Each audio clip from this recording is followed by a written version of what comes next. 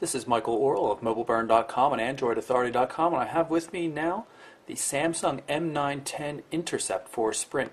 It's a new Android-powered smartphone with a full QWERTY keyboard, and it's available now for $99.99. And let's open it up and take a look at it.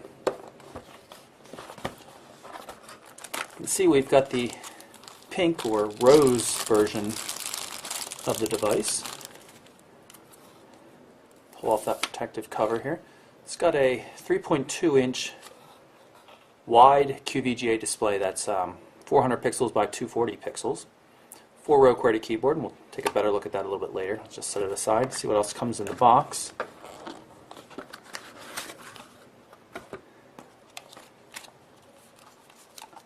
Got Getting Started Guide, English and Spanish, Basic User Guide, recycling information, along with the recycling pouch for sending it back, and of course warranty and other safety information. Right here, we've got a micro USB cable. I'm going to guess it plugs directly into the charger here, or of course into a phone.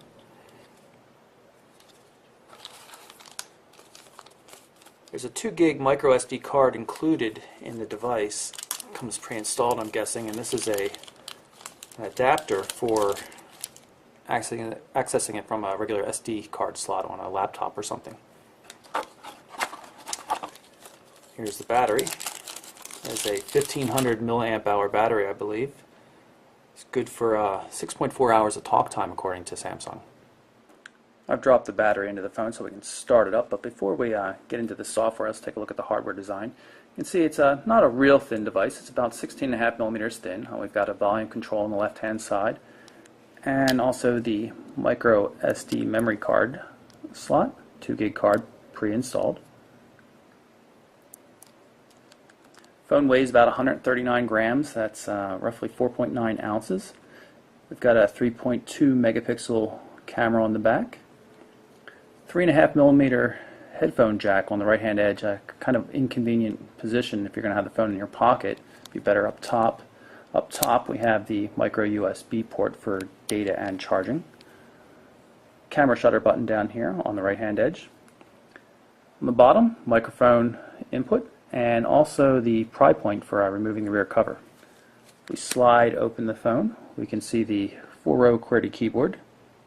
The keys on the Intercept are made of rubber, just like they were on the Samsung Moment. I was not a fan of the Moment's keyboard, so I'm hoping this one works a little bit better than that one. 4 rows though, dedicated row for numbers, and that means the space bar is in between the V and the B keys. Throws off the layout a little bit. Dedicated arrow keys here. There's the function key for getting to the special characters. You can see a slightly backlit pink characters in the case of this device, since it's the pink version. The phone also comes in a gray version. Hardware call send and call end / power buttons down here on the very bottom of the device. Touch sensitive menu, home, back, and search buttons. A couple of forward facing sensors on the front to turn off the display when you're making calls. Let's activate the device. You can see it's a very generic build of Android here. Very old-fashioned looking tab for the menu, and just 3 panels, just like we saw on the Moment. This is a very generic build of Android, and that was one of my biggest complaints with the Moment. So considering that this has a downgraded display, wide QVGA instead of half VGA, and still has the rubber keyboard, I'm not really sure that I'm going to like this one too much, but we'll give it a shot. I've tied the phone to one of our test Gmail accounts, and you can see the new message notification right up there in the notification bar. One of the few things that seems to be customized in this build of Android is just the color scheme. It's a little bit blue on white, something we haven't seen before. Nothing too exciting here. The Gmail client is pretty much like you see in any other Android 2.1 device. We're on a 3G connection here, not Wi-Fi, but this is EVDO Rev 0, not the faster Rev A data that we would hope to see on a current phone. You can see the HTML email in Gmail works quite well. You can star messages quite easily.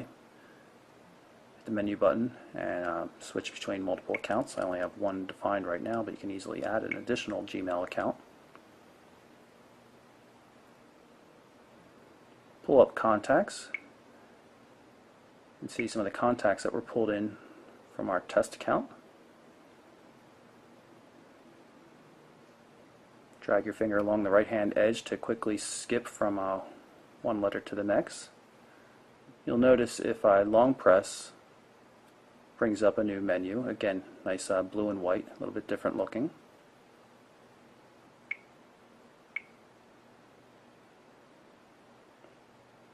You can define groups. And of course there's call history as well. Haven't made any calls, we just pulled this out of the box. In order to take advantage of the social networking features of the device, I'm going to have to add a few accounts. So I'm going to add Facebook, Twitter, and MySpace accounts just so we can take a look at how it works with those.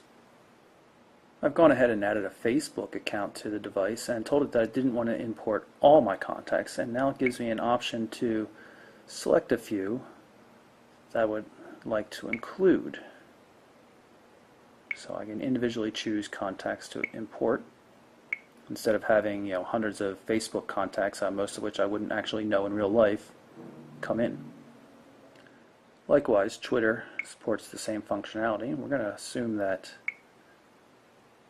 we'll also see the same thing with MySpace. And now that we've added a few social networking accounts, you can see I've got select contacts from Twitter and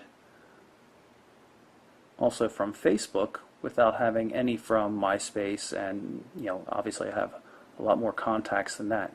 Although status updates from all of my social networking contacts, or friends if you want to call them that, show up regardless of whether or not they're in the contact list itself. Makes it a lot easier to stay on top of what's going on with your feeds without overcrowding your phone book. This is the calendar. It has a nice monthly view. You can see with current day's meetings listed at the bottom, week view, day view, and an agenda view as well. You can show data from multiple Google calendars, public calendars, your own personal calendar, and you can also show data from your Exchange account if you link that up. In spite of my initial concerns with the build of the OS not being updated too much, you can see that Samsung has done something here with the Exchange client. This is exactly the way it looks in Bada, its own smartphone OS. Whenever there's a glow to the right edge or left edge, it means you can scroll further that way.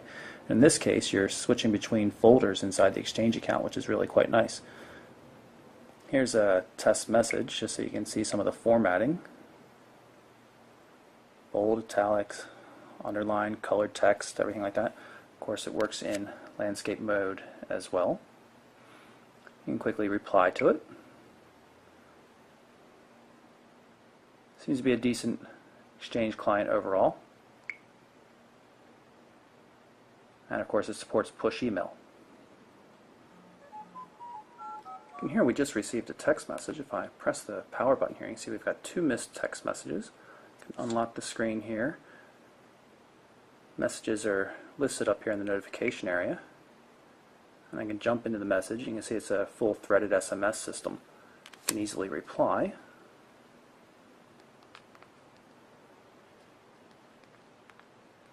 The keys have a reasonable feel, better than I expected. Spacebar seems to work okay.